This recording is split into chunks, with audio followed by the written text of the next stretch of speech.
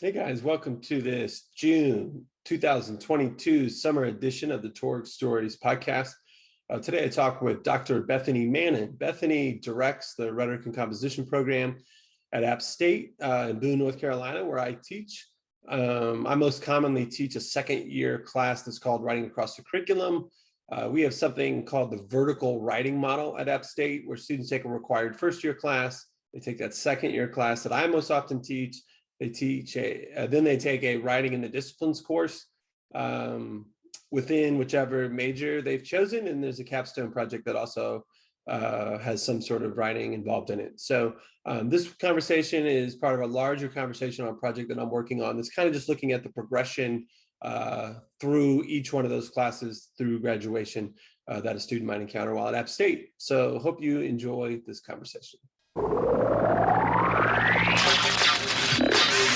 Smart takes the shot, and the Hoosiers with 3 seconds. Go ahead. But what we found out is that each one of us is a brain and an athlete and a basket case, a princess, and a criminal. Does that answer your question? I love you guys.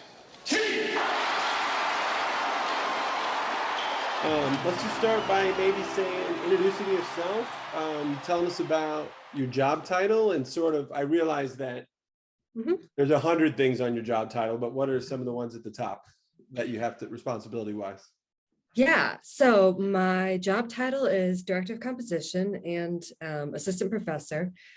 And so the really big things that come with that are the kind of like set pieces of the year, our organizing orientation for new faculty. I've also been on a lot of search committees, so I'm involved in hiring those new faculty, which is great.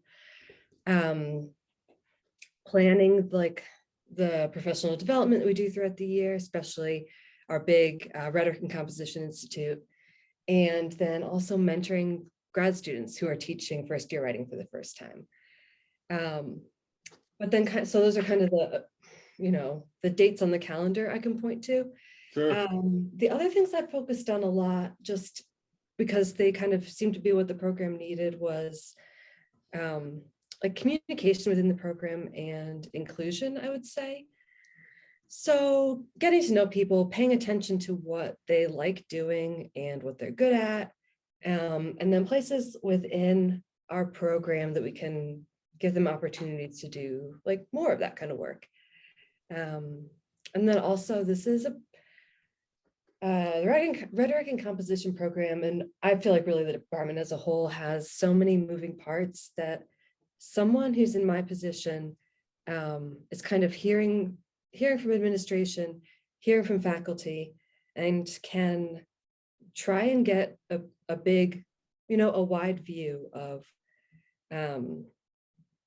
committees, policies that might be changing, kind of ways that we want to move the program forward, like we just introduced our new textbook, and just maintain good lines of communication between those different moving parts. And maybe a little bit of a bridge between having a pulse on what seem to be important conversations to people who do what I do, teach the RC classes, and then maybe I'm not around administration much, but you are. Do you feel like you're sort of, helping those groups understand each other? I would like to. I mean, there's a lot I have to learn about administration, but like I have a meeting with Leo every month, our department chair, and so I can share things that I know our faculty are wondering about or anxious about, and he'll sometimes, I hope it's okay that I'm saying this, like he'll say, I'm planning to talk about this at the meeting next week. What do you think? Like, how do you think this is going to sound to faculty? So, yeah, sure. So you mentioned getting to know people as one of your jobs. Yeah. maybe it sounds a little cold for me to put it this way, but like, what's your strategy for doing that? There's a lot of us. Does that come naturally to you? Is that a stretch for you? What would you say about just trying to get to know people? Well, the thing that I really like to do is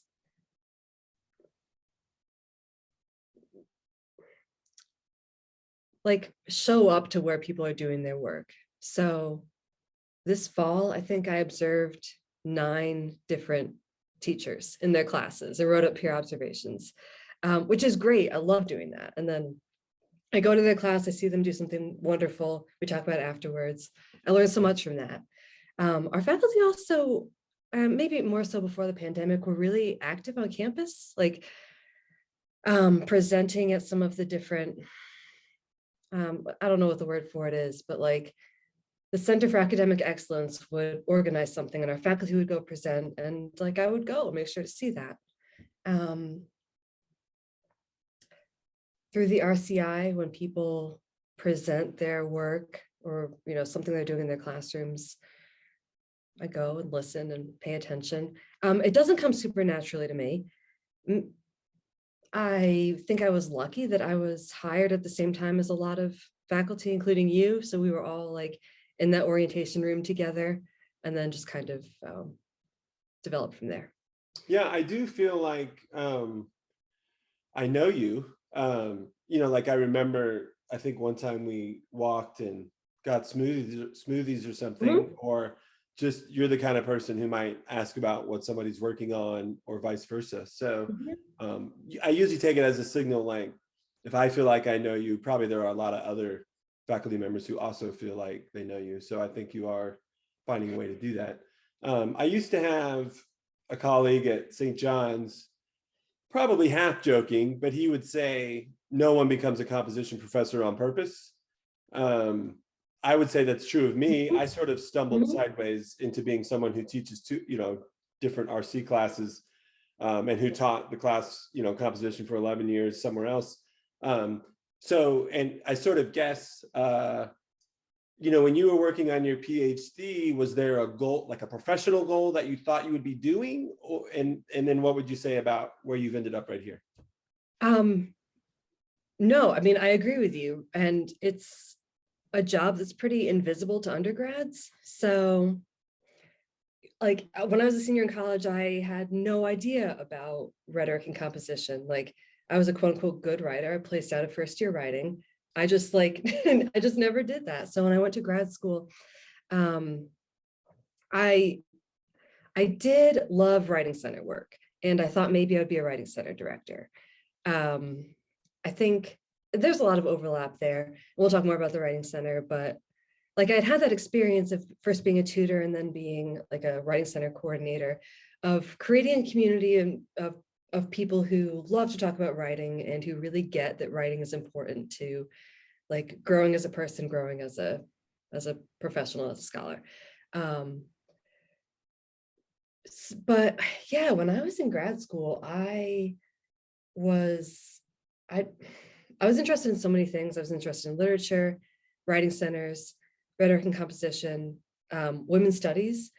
And I was really lucky I got to pursue all of that. And then, but that included being a program director or helping a program assistant, helping to direct the program in writing and rhetoric. And so that kind of got me started on this path. Yeah. I'm trying to remember if there's more to it than that. Right. So we have something at App State called the vertical writing model. I think if you could imagine, the average high school teacher, or even maybe a student who's a senior at Watauga High School here in Boone, and they were to say, what's the vertical writing model? How would you answer that? I mean, I have my own answer, but what would you how would you introduce that? Yes. Okay. So I would say that this is really different here than at other schools. We have set up the curriculum so that you're going to study writing in a different way at every point in your degree. So sort of when you enter to when you graduate, like as you move up the ladder, rather than saying, you're gonna get a first year writing class, and then we're just gonna assume you can figure it out from there. Because I don't think, I think we've spent a lot of time thinking about what helps students at each stage. I mean, I would add to that, there's as someone who's taught like a first year required writing class, there's sort of a myth or an expectation, especially outside the department, that I'm preparing the student to go write in other people's classes, which of course is impossible given all the different disciplines these students will write in. Okay, so I interrupted you a little bit, but No, that was all I was going to say. But then I was going to ask, like, how would you explain it? yeah, to me, I would also mark it as pretty different.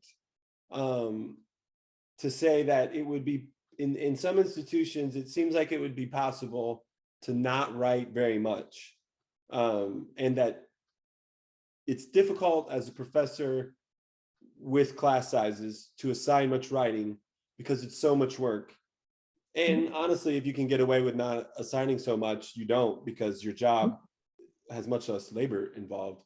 And this usually sounds like bad news to most students, but at App State, there's something in place that should be leveraging, pushing students to write, work on something in depth, and think about how writing works in all 4 years of their experience. And that's what makes it different. Yeah. Right.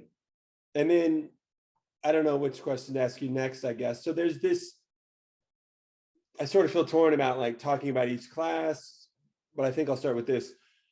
So it's RC 1000, it's 2001, it's a writing in the disciplines class, and it's a capstone project.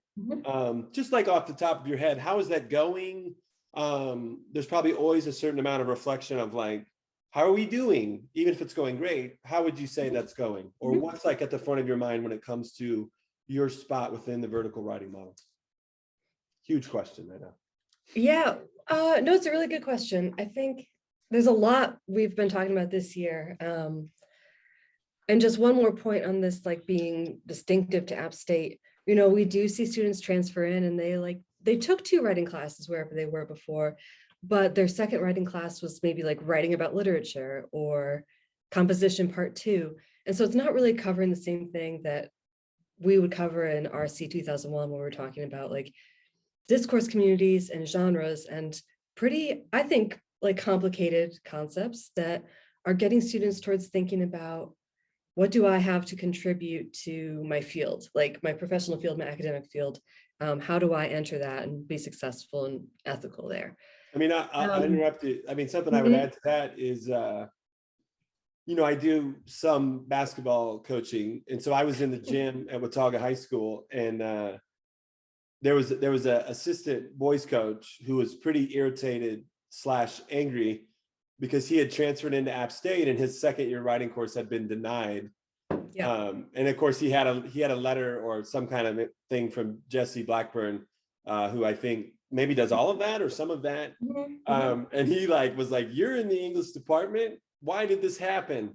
And I really was able to explain to him, like, this is what we do in the second year class, because I teach it, which has a lot to do with just the idea of genre being that there are texts that do work, for doctors and managers of bands and someone who owns a small business in town.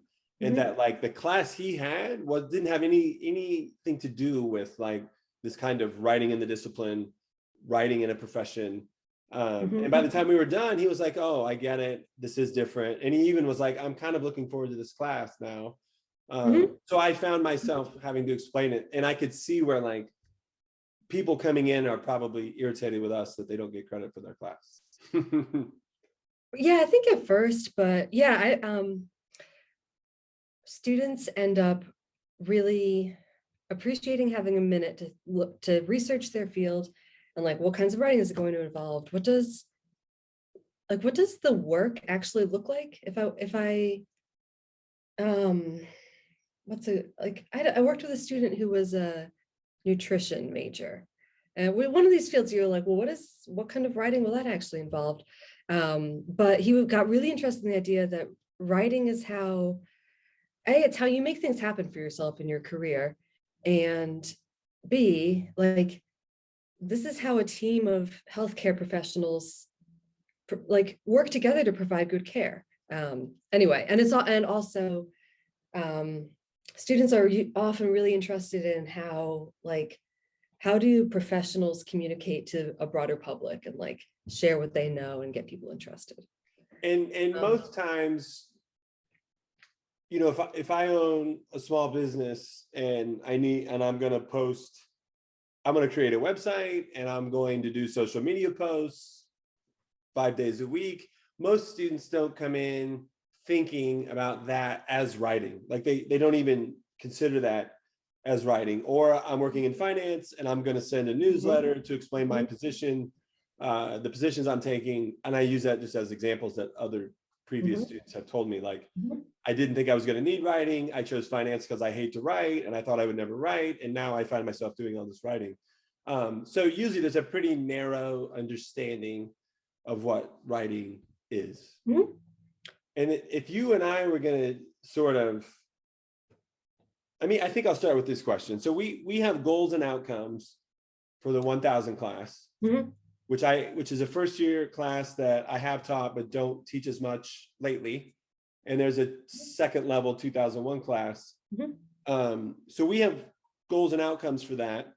You also have recently created a document that is course overviews. What was it that caused you? We already have these goals and outcomes. What was the need to write the course overviews? Because that seems to signal something going on or some sort of reflection or. Yeah, so yeah, some big picture reflection, but also some kind of concrete things.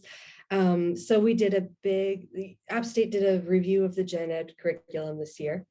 Leo was on that committee and kind of anticipating that they were going to look at our writing classes. He asked me, could you write up a document that explains, like, how are these two courses different? How are they related? You know, what are students learning in them? So that was where that started from. But then over the course of the year, I think we kept coming back to this question of how do these two classes fit together and how are they different? And then how are we, like, where are questions about social justice and sustainability and ethics coming into our curriculum? Because we care about that a lot as teachers. We know our students care about it a lot. If you looked at people's assignments and how they're teaching and like got in the classroom with them, you would see that coming up all the time. But it's not in our course goals and outcomes necessarily. So I am someone who definitely thinks by writing. So it helped me to write that up and kind of pin down, what do these courses have to do with ethics, sustainability, and social justice? Oh, I thought of a bunch of stuff to ask you about based on what you said. So you for example said, I'm a person who thinks by writing. And so like on my syllabus, I have a list of things that I believe about writing.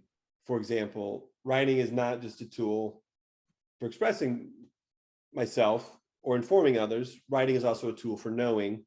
And to me, that would be like one of the things I would point to that the first year class does. Is they come in and that's a pretty novel idea to most of the people in the room. And that's something I would do in that first year class.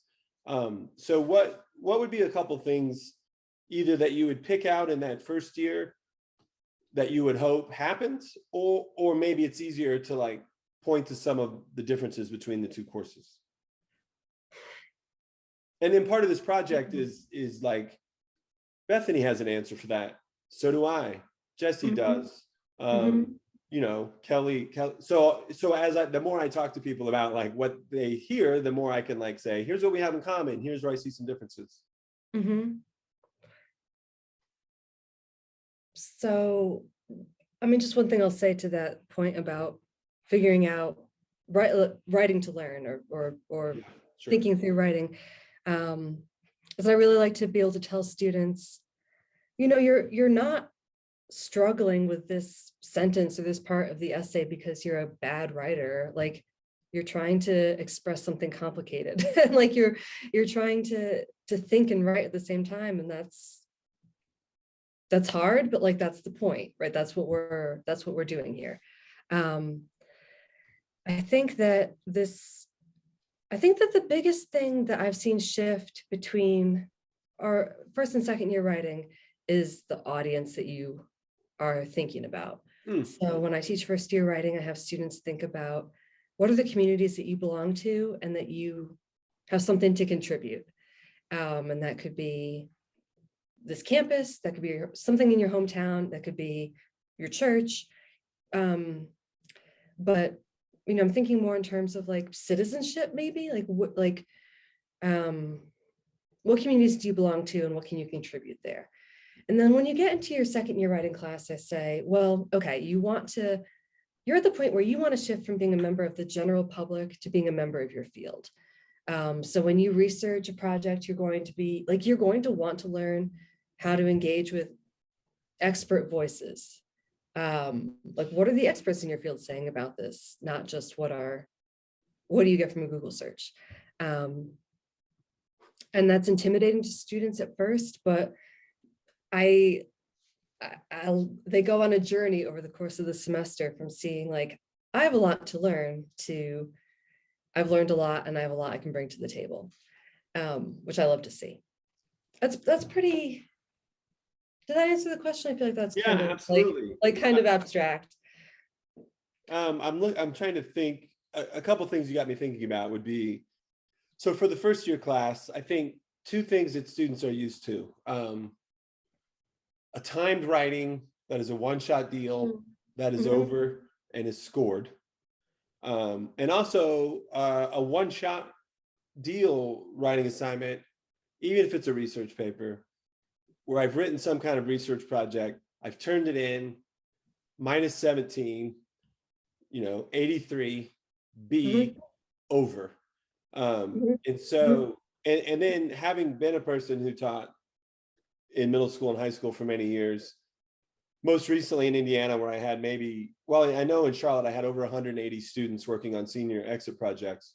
Wow. So I wasn't going to be like reading each draft in depth. I mean, we hopefully could talk through some of those revisions, but it was an impossible job. So I am empathetic to the fact that that's what writing has been like for many of the students. So one of the big things in the first year class is to just move students out of that space where writing is a one-shot thing. Writing and thinking is something that happens over time. And then also, I do need to remember that some students do like to write. Sometimes I imagine them all not liking to write, but hopefully, 70% of the students' attitudes are going to be shifted in a positive direction toward what it means to write. And so that's big work to do. And then secondarily, like just thinking with a concrete audience, where I'm responding to them not by like, this is wrong, -5, but I'm asking them questions and I'm engaging with their ideas. And I'm building a community where their classmates are also engaging with their ideas. And so I'm sort of working them away from the idea of finding errors in other people's writing and actually being an authentic audience who's paying attention and cares about the thoughts of the person who's writing and speaking. So that's like, I mean, there's other things, but that's a lot of the work of the first year class. And I'm sort of cheating. I mean, it's unfair that I know what questions I was going to ask and I've got the objectives in front of them and I've got notes written off to the side, but like, I think another thing I think of is like, when we get into that second year class, whether it's like just that the idea that writing is a text that does work for all kinds of different groups, whether that's math majors, education majors, Black lives activists, small business owners, and that now you get a chance to like shift into look to see how these groups work.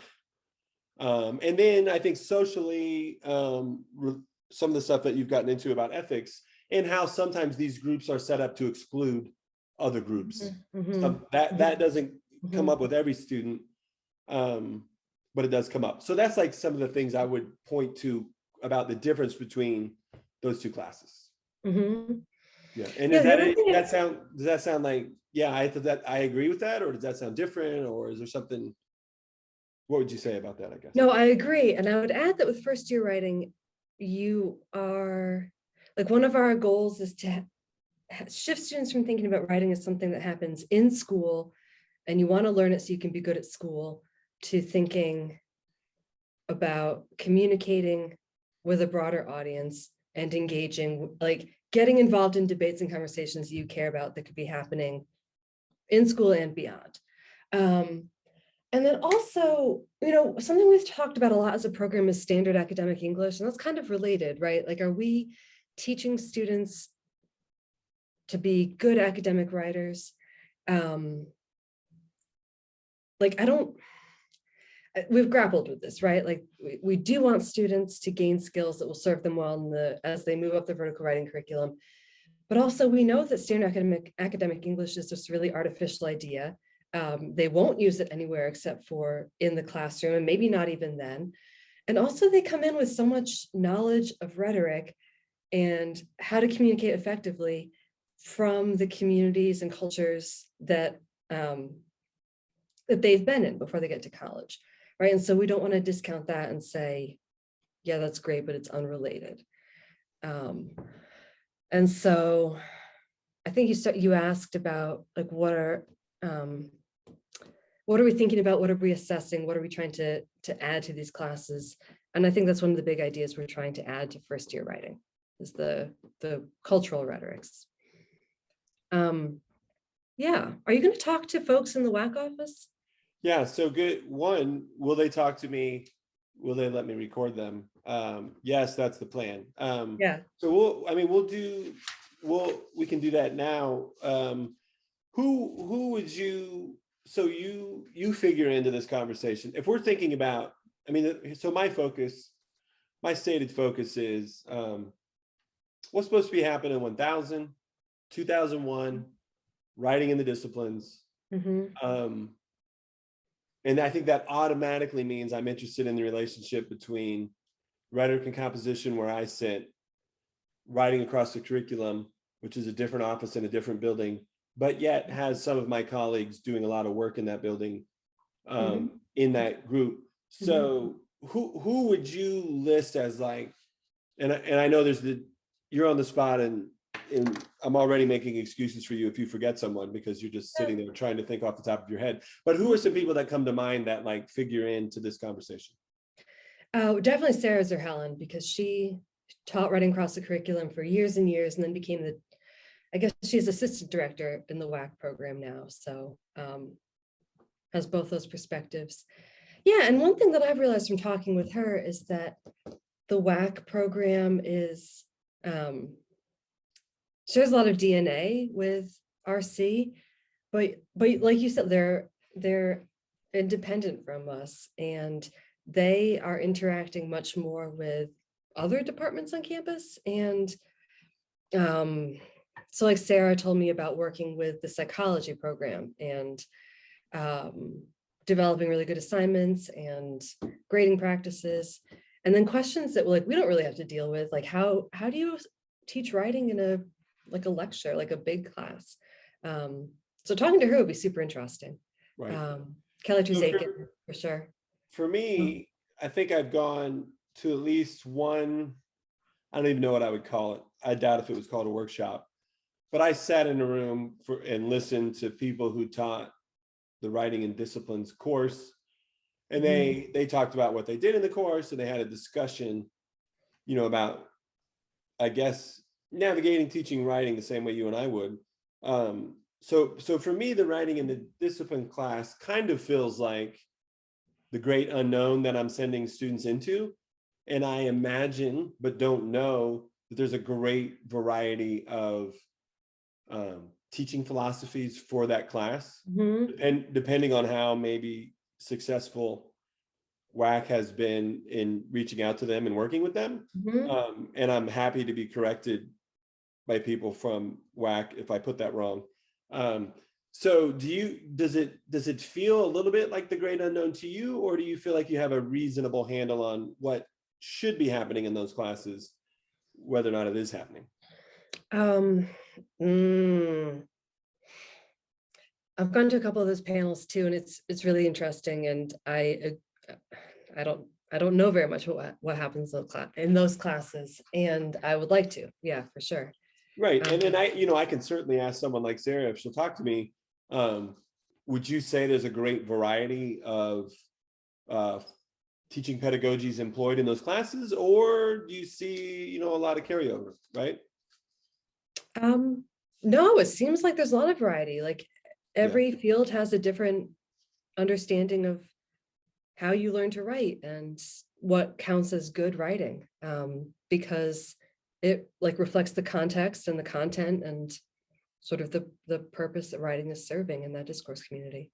You've used that phrase, good writing, a couple times, which I love, and I use a lot in my class. Like what is good writing as a science major? What is good writing as the owner of this small business? What is good writing as a participating member of Black Lives Matter? That's I like to bring that up a lot and just talk about it with the students. So I sort of just barely know that there, and you can tell me if I'm wrong, there's a grant awarded for the redesign of RC 1000 and 2000. Is that right? Who's doing that work? Tell me more about that. It's going to touch on RC 1000, 2000 a little bit, but it's more to do with like the upper level classes in RWS. So like business writing, editing, mapping that curriculum, and the folks leading that are Sarah Beth Hopton, Belinda Walzer, Jesse Blackburn, Savannah Page Murray, Melissa Stone. I'm only a little bit involved. It probably is going to lead over to some conversations about 1000, 2001, but it's a lot more to do with like building these upper level courses for professional and technical, or writing and rhetoric and writing studies. Yep. We don't have a major right now, but minors. Yeah. So where does the Writing Center fit in? And maybe I guess how would you say the Writing Center fits in? Well, so my understanding is that the Writing Center is focused the most on students, as opposed to curriculum, as opposed to faculty development. Those are like the one-on-one conversations with students, which is so valuable because you look at a school like App, and App makes a lot of assumptions about what students come in being able to do, and as writers, as students, and that's just not, we know like students get all kinds of writing backgrounds from high school, and so the Writing Center a lot of the time is helping students bridge that gap from where they are and where we expect them to be. But that's like the remedial view of the Writing Center that I know they really hate and they're trying to get away from. So I think the Writing Center is also a really cool place for like the tutors come from all different departments, right? So that's where you have students who know a lot about what writing means in their field, not just from an English background. I think it's probably my fault as much as anything, but for example, I was at St. John's before. My office was in the Writing Center. So there's the Writing Center. There's a circle of people who are teaching the first year classes. I probably ended up having 10 or 15 former students who were Writing Center consultants, and maybe it was just inertia that I walked into that space all the time that I had that relationship, but I haven't built that relationship here for whatever reason. Like I had a pretty good handle on like what does a Writing Center session look like back then. Like, and to me, I was like, they're like you, they probably did pretty well in this class. They're pretty good at drawing ideas out of people. I believe that a conversation, talking about what you're working on and talking through what you're working on and talking through your ideas helps you get it on paper in a way that's more clear and helps you think. So that was sort of the way I would describe a session before, which might be accurate now or might not, because, I'm in a different space. Go ahead. I think that's right. I mean, if you go to the Writing Center, you get to talk with someone who knows a lot and isn't going to grade you. Right? It's like completely collaborative, encouraging, not evaluating. And then I also think that I would circle back to students' expectations. They're used to picking out errors in each other's writing, and they think at the writing center, there's going to be a lot of error correction, which even though I don't have any strong relations in the writing center, I sort of suspect is not what they do, right? The writing center consultant would say, I'm not here to find all your mistakes. Right. They might say, is there something that's like really a sticking point for you that I can help you understand? Like topic sentences, right? Like it'll make your life easier if we can spend some time talking this through, and then you'll go and be able to do it on your own. But yeah, they're not going to go and proofread. So I have this sentence I'm going to read to you, which I had to remind myself what it says for us to discuss. And I might have to read it more than once. So this comes from the writing, kind of a funny, I guess I'll back up and say a funny spot for me. I'm teaching a summer course right now. The class is called Writing Across the Curriculum. The students have usually not reflected on that at all, what that means. And they also don't realize that we have a Writing Across the Curriculum website. We're reading an article by Ann Johns in which I link to our WAC office. There's a picture of the WAC office staff. There's this first, I'm like sort of introducing that office to them, which it just strikes me as funny that like I was just looking at those assignments today. So here's a description. Here's from their website. Housed in University College, WAC works closely with general education, the composition and rhetoric program, the writing center, and the first year program to offer consultations in course and assignment design. So one would be, do you feel like you work closely with the WAC office? I would tend to say, I don't really, even though I attended that one panel. And then and I don't even positive I can say Kelly's last name right. How you say Kelly's last name? Do you know how to say it? I would say Trezakin. Trezakin, there we go. Hopefully that's right. So Kelly, I talked to a lot and actually talked to her in preparation for this project. I would say that she does work very closely with the Writing Across the Curriculum office. So how would you describe that relationship between you and that office? Just what would you say about that?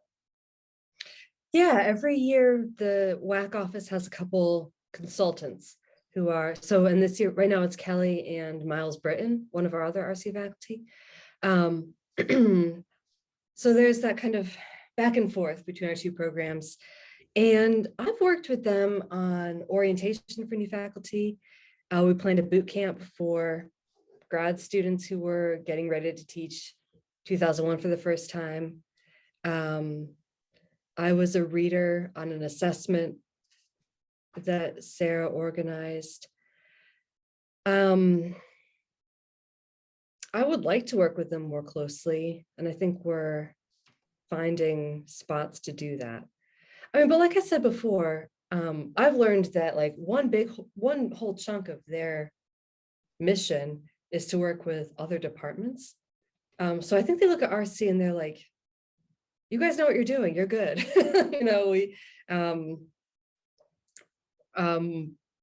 But there are places where we can probably collaborate more. Yeah. Two things I think of. I'm going to write them down before I forget here. I think on the one hand, I finished with some colleagues working on what we called a climate survey, sort of just gauging, work satisfaction, attitude toward job. And part of that was not making a lot of money. Many colleagues not making a lot of money meant they had to teach extra classes all the time so that they could make enough money. And then that situation causing them to be extremely overworked without a lot of time to go to like a panel, a WAC panel. So like that, part of that just comes from how much work there is, how much labor is involved in reading students' work weekly and responding to it. And then also being able to take an hour or two to go sit down and have these conversations that are really interesting and rewarding to have. So that's a little bit our obstacle, which I think we're working on and thinking about and reflecting on. And then, one thing I would say, I would hope that personally. So I would share a lot of the philosophy and teaching pedagogy of anyone in the WAC office. So we would share a lot of teaching pedagogy, and one of the things they would be doing is evangelizing that pedagogy to the rest of campus. But of course, it would be wrong to assume that we do share all these philosophies if we almost never talk. So like, you know, even if you come out of one composition program and then you come out of another composition program, you know, there are going to be some divergences there. So that's sort of one way I would think about that relationship, I think. And Bethany's like, what am I supposed to say to that? Right. Well, I was just thinking about like, how is my philosophy different from theirs? And good. Yeah. I can't think of any major differences, but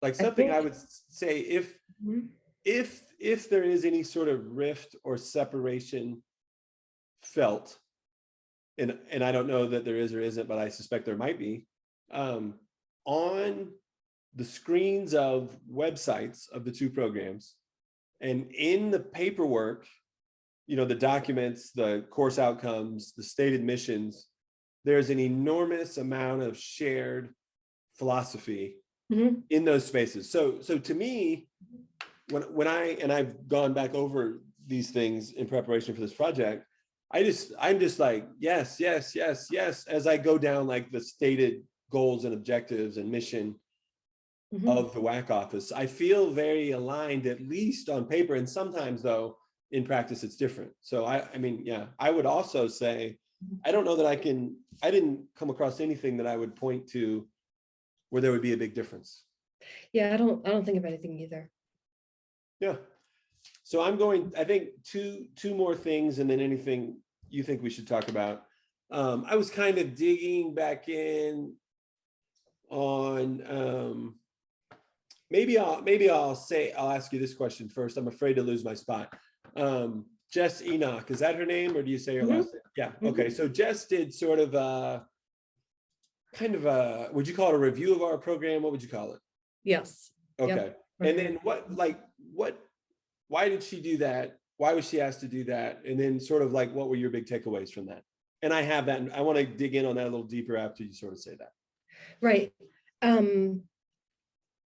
Last year, the English department did our periodic comprehensive review, which is great. They had sort of kind of the same model. External reviewers came in and looked at the curriculum, met with the faculty, and it just didn't touch on the RC courses and curriculum at all, which is fine.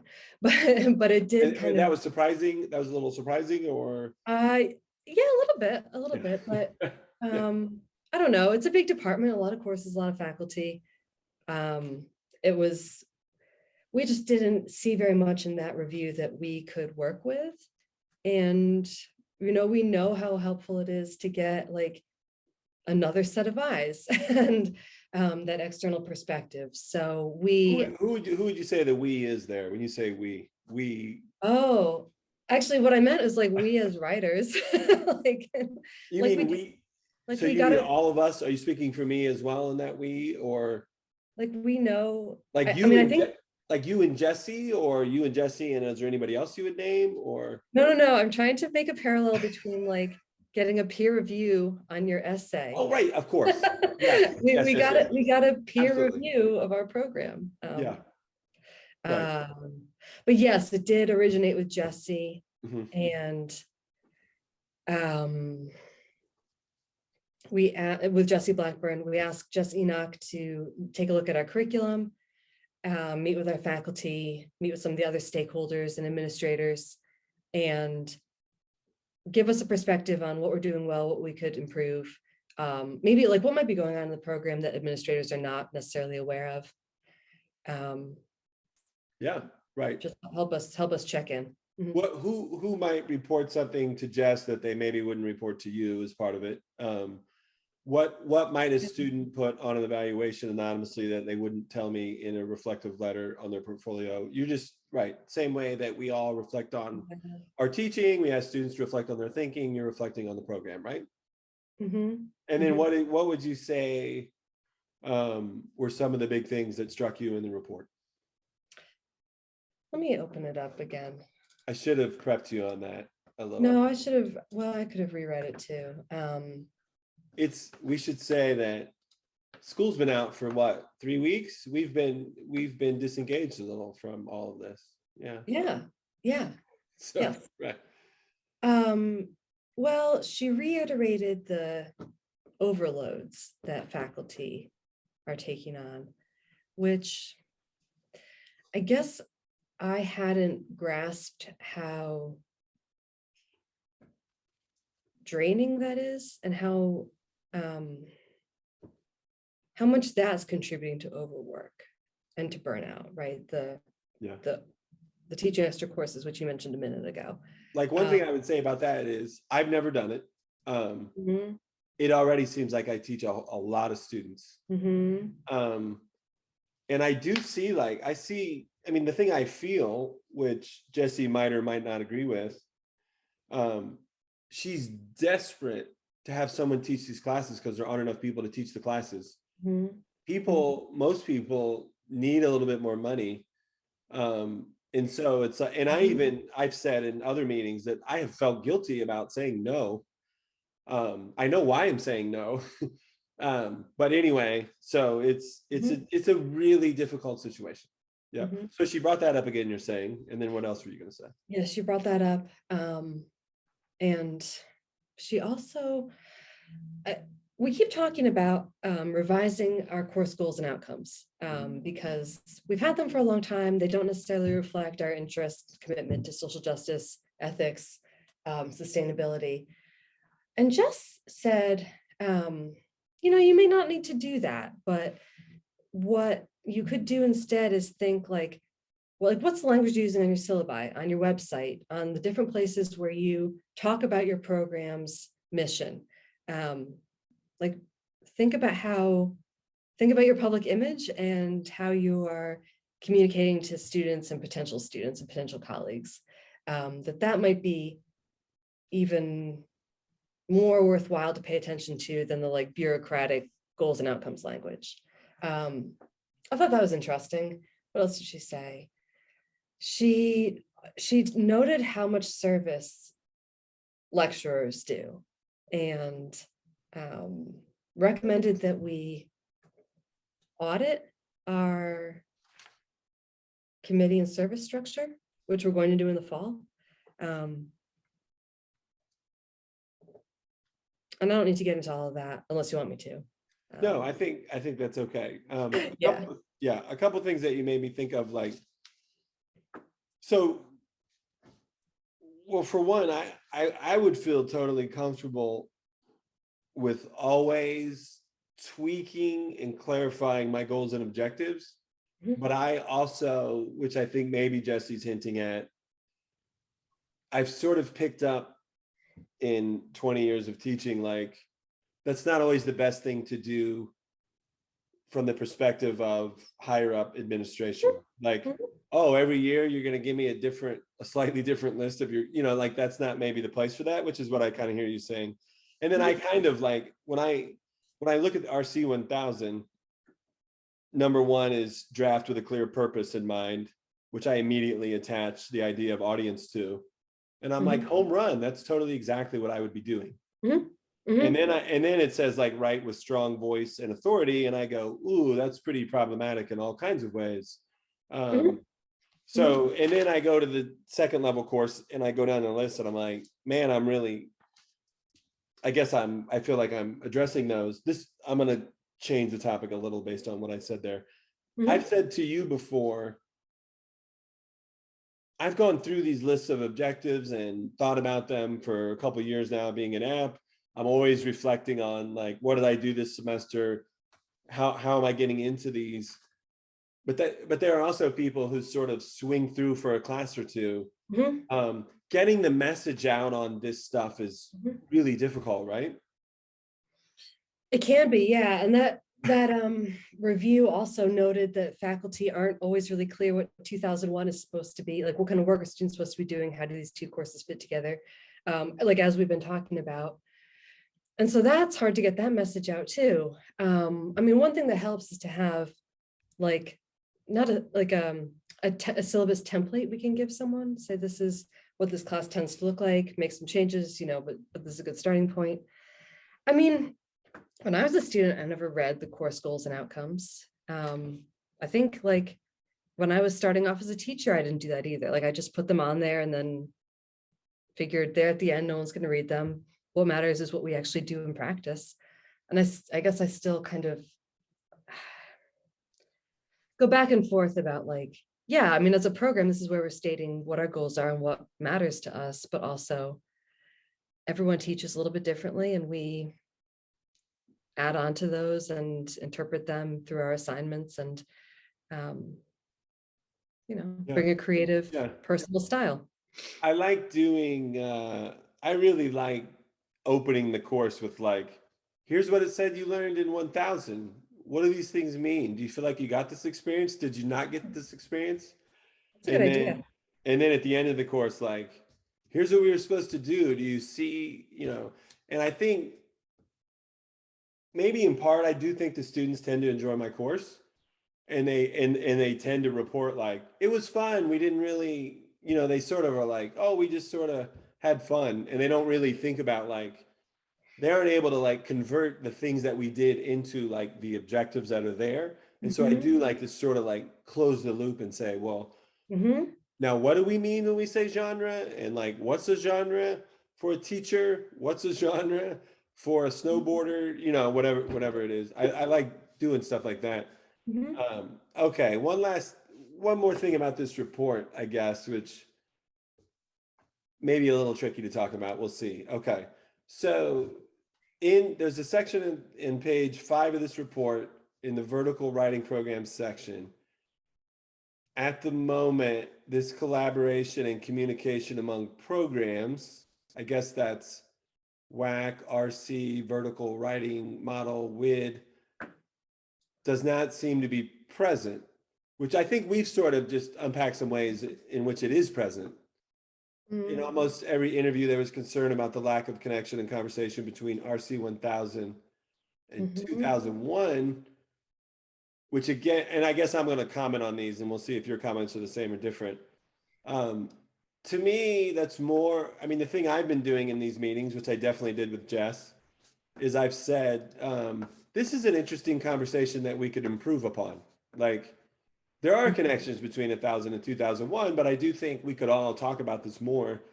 It's worthwhile to like continue. This should be a conversation that we're almost always having. Lack of connection and conversation between RC 1000 and 2001, the WAC program and the Writing Center.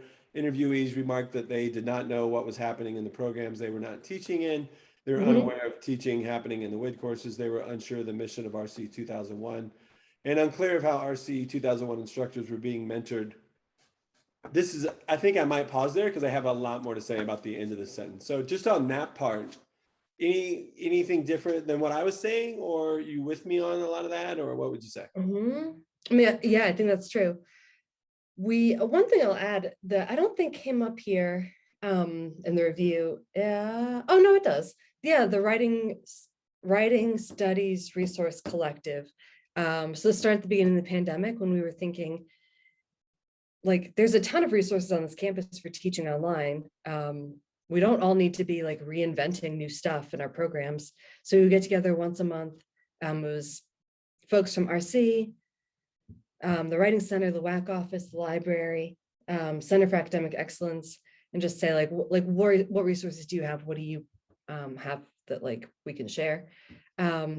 And so we are, I mean, yeah, yes, we are in touch. We are like hearing what other programs are doing, but it is pretty limited. And it's not, the word isn't getting out to faculty. So I don't know. I think she's right. I think it's something we can work on. I do want to add that no fault to Jess for writing that sentence or two. That's absolutely her job. And I certainly, I mean, if we go back to being writers, or even working with an editor, it's my job, it's your job, maybe as a director, it's our job as members of the program, to sort through the feedback and figure out what it means and what it means for what we do. The same way, maybe on a piece that I've written, it's like, here's 3 bits of feedback that are totally different. I can't follow all 3 of these feedbacks. I in fact have to choose one, or ignore all 3, or just use it to make decisions. So I didn't read that sentence to say, you know, bad sentences, Jess. I read it more like, this is pretty interesting. This is worth talking about. It is. I mean, she says individually programs are doing good work, but each element of the program needs to work in synergy. I think she's right. Yeah. And there's a list of like why that's difficult. Right. So then the end of this is kind of interesting. And I don't know what, you know, I hope to talk to people in the WAC office. So it's here at the end here, unclear on how RC 2001 instructors were being mentored toward WAC goals that should stand at the center of their courses. So I probably wouldn't have put it that way.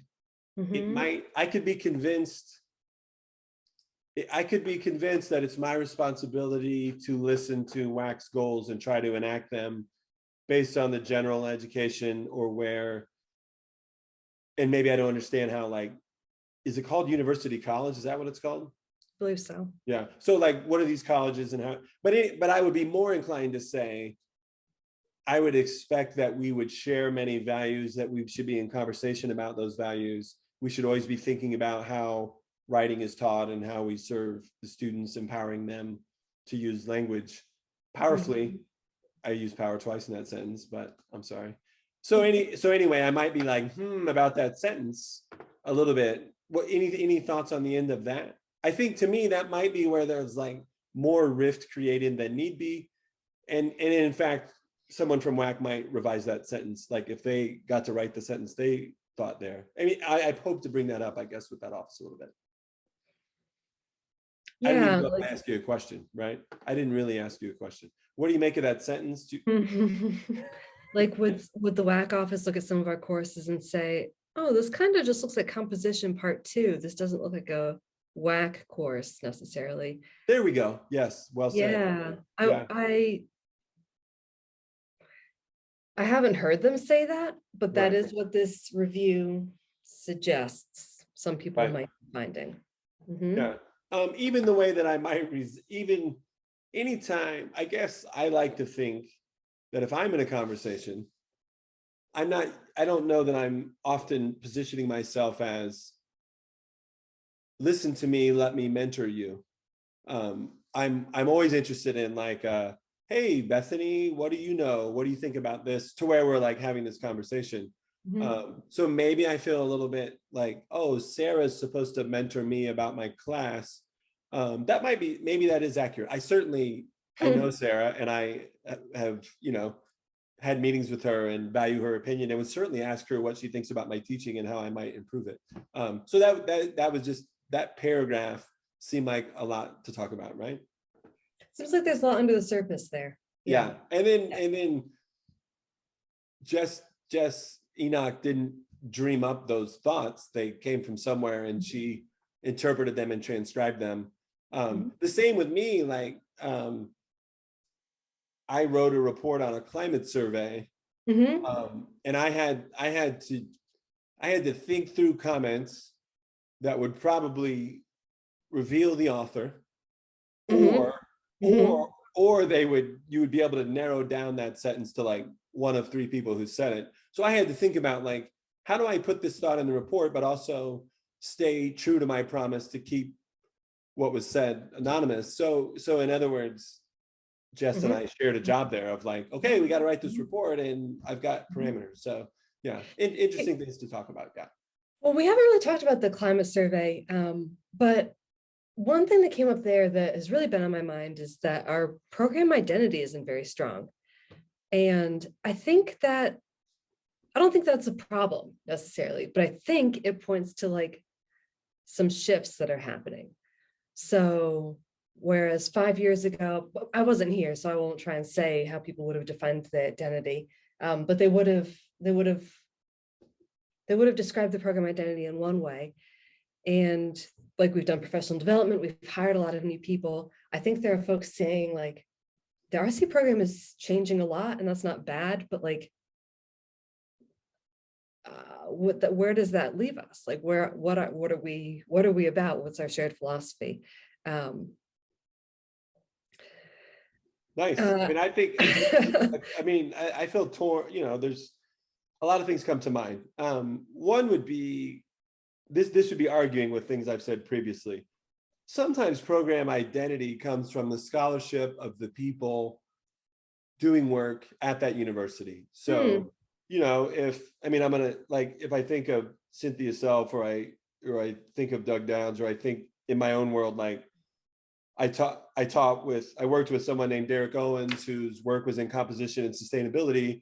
And so like, if I thought of like a program, I thought of some of the people who were there and the work they were doing, which wouldn't necessarily translate into like the first year required writing class. It might, for example, at St. John's, we wrote about place, and we did have a common assignment around sustainability, I think. So there's like that part of identity, but there's the other part, which is like, to me, the vertical writing model would be part of our identity and something that makes us different, and that people in the field would think that's something App State is doing that not everyone's doing. That there is multimodal work, that we're expanding the idea of what it means to write beyond words on a page. And then I feel it's pretty reliable that if you went through, I don't even know what they would call them, but if you went on the college composition communication website about like features of a first year writing class, we're going to be pretty closely aligned to that list. Whereas there are other programs who do things like everyone has to buy Best American Essays, and they write essays, and that's what they're doing at the college for first year writing. And so there are programs that widely diverge from the list I might see on the C's website and what you would see in ours. And we have a lot in common with that. So those would be some features of the identity. And then to circle back to what you were saying, even though there were a lot of features of anti-racist pedagogy in place before anybody spoke that phrase, it is a phrase that's being spoke a lot more at App State in the 3 or 4 years I've been there. Is that coming from like 40 members of the faculty? Is that coming from 2 members of the faculty member? And then is this something that needs more woven into maybe the web presence or subjective? So that's like a thing worth talking about. That's what I would say. It is. Yeah, I agree. Yeah. What a boring ending, Bethany. We're gonna wrap it up by saying we agree. Do you have other things you would like? So I hope to have like this version, another version of our conversation with people in different offices and different spots, maybe within the vertical writing model, we could say, maybe even people who teach 1000, 2001, maybe even with some students who experience these courses.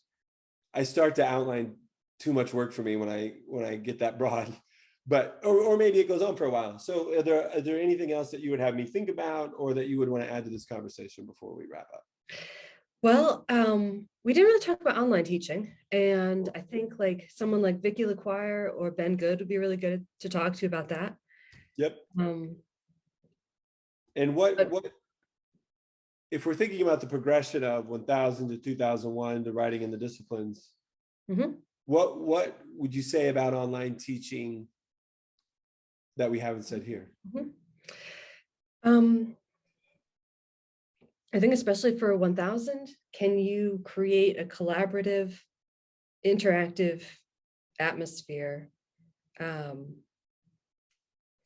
students are prompted to do a lot of critical self-reflection about their writing process, writing style, and voice when they're online?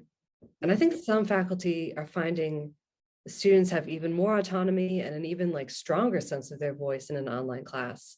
But I think that's a really interesting question. Yeah, I would say, I don't even know how, that I taught all online classes even before the pandemic. and that I feel really successful doing that. I predict I reach more individual students online than I do in my face-to-face classes. I think there's a lot of ways to do that. Mine tends to surface because students hear from me 2 or 3 times a week, briefly, 4 or 5 super specific sentences to you, based on you. And I call it like, I think of it as passing notes about writing, passing notes about your thinking. Like they know they're going to hear from me something very specific. So that does a lot of that work. And then bringing in via forums, via some commenting on Google Docs. They feel, I think, a light touch of that from their classmates. In other words, they're not writing in isolation. I think that's probably where for me, and it might be my own limitations, that the online class falls short. Meaning, like, I think students in my classes, face-to-face classes, are much more apt to become good friends who go to football games together, who go to the coffee shop after class, who go see a concert on the weekend. That's more likely to happen among my students in the face-to-face classes than the online classes, which doesn't mean like that there isn't a different set of good stuff, different set of positive experiences. Yeah, interesting for you to bring up. Yeah. And then like people do that so differently. Like I have no meetings together. And somebody like Ben Good, and I also, again, I claim success having no meetings together, and feel that there are a lot of students who appreciate that and probably couldn't take the class if it wasn't like that. And then somebody else like Ben Good, who I can't believe how much he makes himself accessible to them. With like weekly Zoom meetings, and he does like, he has this whole other way. And I also, would say he's highly successful. Yeah, he has like optional drop-in hours that students actually come and hang out and talk. And I think that has a little bit to do with like him. Yeah, what's Ben's personality? What is he like? Yeah. How is he most comfortable talking with the people he's working with? Yeah. Well, thank you very much, Bethany. Oh, you're welcome. My pleasure.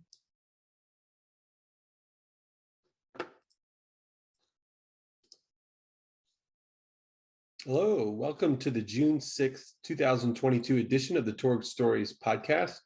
On this episode, I talk with Dr. Bethany Mannon. Bethany directs the Rhetoric and Composition program at App State University. I'm a lecturer in that program, and I usually teach a second-year required writing across the curriculum course. This conversation is part of a larger project I'm working on that looks at the progression from the required first-year writing course to that second-year class that I teach, and then on out to the writing in the discipline courses that are taught by different professors within each individual major that a student might have. I kick off the podcast with me asking Bethany about some of her many responsibilities as director of composition, and I hope you enjoy the podcast.